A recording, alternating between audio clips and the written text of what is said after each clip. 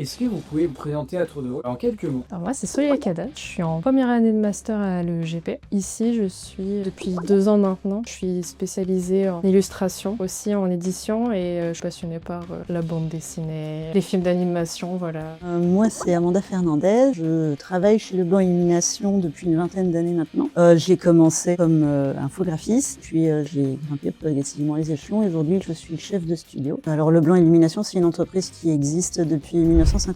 On est créateur des illuminations de Noël. 5 filiales à présent dans le monde, aussi bien sur ce continent qu'aux États-Unis. Quand je suis arrivée en dernière année de lycée, je cherchais une école d'art. Par la suite, en fait, je me suis renseignée plutôt proche de chez moi, des questions d'économie. Et j'ai découvert l'EGP en faisant la prépa. Ça m'a vraiment confirmé que oui, effectivement, c'était clairement ce que je voulais faire, quoi. Travailler ici, c'est travailler pour le plaisir des gens, puisque faire de la lumière, c'est faire peu briller les yeux des gens, des enfants. Et il y a quand même une certaine ambiance décontractée, il y a une certaine fraternité entre les gens qui travaillent ici. Chacun communique universellement et vient aider quand il faut. Il y a 2 facettes. Le fait d'avoir besoin de bras, parce que réaliser des supports de communication à la fois en hiver et aussi en été, finalement, ça fait double charge. On a besoin d'avoir de nouvelles idées, parce que quand on recrute quelqu'un en plus, notamment quelqu'un qui commence, c'est une personne qui a des idées nouvelles, qui a un regard neuf, en fait, sur ce qu'on peut pouvoir produire. Et puis, il y a l'autre côté qui est aussi de pouvoir transmettre quelque chose qu'on sait faire, voir la personne s'épanouir et puis grandir aussi. Voilà, ça, c'est l'autre côté qui est plutôt plaisant. Si c'est par exemple un lundi où je reviens des cours, je vais avoir un point directement avec Amanda qui va se faire naturellement, on n'a pas besoin de le poser. On va du coup parler de ce qu'il y a à faire cette semaine, des choses que j'ai loupées, ce genre de choses. Et après, par la suite, ça dépend des projets, mais principalement, on va travailler sur par exemple des brochures. Ça va être de la mise en page, par exemple pour la brochure des immanquables qui est plutôt à destination de un peu monsieur tout le monde. Comme il va y avoir beaucoup de produits, beaucoup de jeux techniques, des fois on va devoir prendre individuellement les données techniques depuis un tableau Excel et après c'est à nous de mettre la mise en page au propre. Soit c'est que je vais le traiter graphiquement, ça veut dire que sur une couverture, comme on peut avoir sur les goodies, je vais aller questionner vraiment le dessin. Ça peut être aussi, comme je fais de la bande dessinée, je vais avoir ce truc de composition dans le dessin et dans la mise en page d'une planche, et du coup, je vais avoir un regard très différent et créatif sur mise en page, où justement je vais essayer de faire sortir les éléments de la page, faire de la superposition, de trucs très plastiques. Alors c'est vrai que Solia, elle a une bonne patte en illustration, et c'est pas forcément facile à intégrer dans une communication qui est déjà établie. Nous, la chance qu'on a, c'est que on est une entreprise où on crée des décors, on a toute cette patte un peu artistique qui est déjà présente un peu dans notre ADN. On a réussi à aussi pouvoir glisser un petit peu des touches satisfaisantes, on va dire, de l'illustration dans certains supports.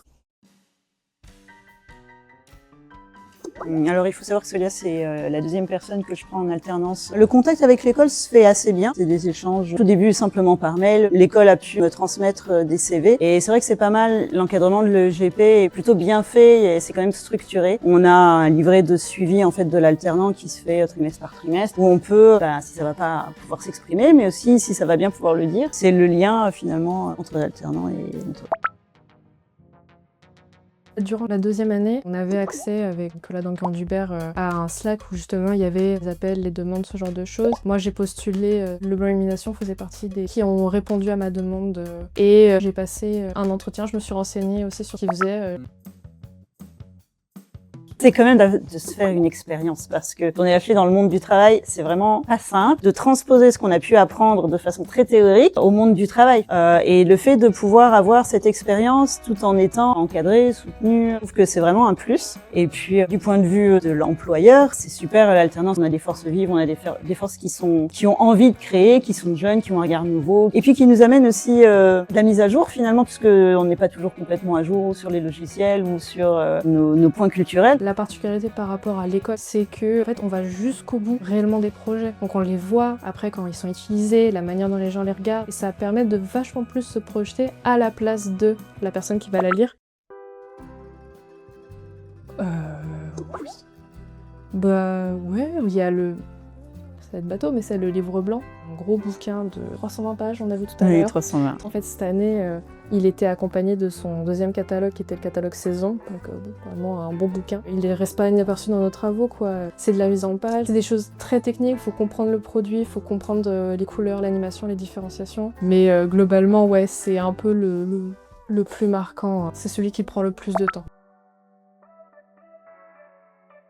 C'est une semaine à l'école, 3 semaines d'entreprise. Là, concrètement, c'est plus des cours. On a très peu, je trouve, de cours où on nous forme sur les logiciels. On va plus nous former sur la culture graphique en général. Ça va être des projets qui vont être beaucoup plus étalés. Par exemple, le studio projet, qui est notre projet de fin d'études, qui justement est directement en contact avec une entreprise, une direction artistique globale 360. On n'a plus de cours réellement technique. Ça fait que on a de plus en plus des professeurs qui, eux, prennent vraiment comme des graphistes et du coup vont vraiment nous apporter de la culture sur des typothèques, fonderies ou alors sur ce qui se fait le plus souvent, par exemple à Paris, ou qui est différent de, par exemple, ce qu'on peut utiliser à Montpellier. Je trouve que le master apporte vraiment, et sur vraiment l'ensemble du graphisme.